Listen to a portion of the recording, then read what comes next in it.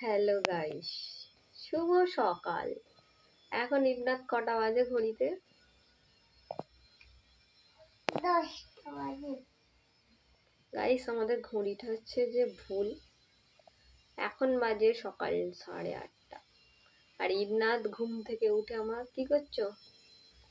কাজ করছি। এটাকে কাজ বলে? কাজ বলে না। এইটা চিরুনি আছে না বলে। চিরুনি আছে না, না চুল আছে না?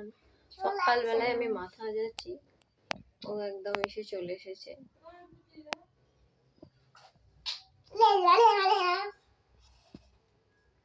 তুমি বন্ধুদেরকে কিছু বলো, বলো আমাদের ভিডিও লাইক করো।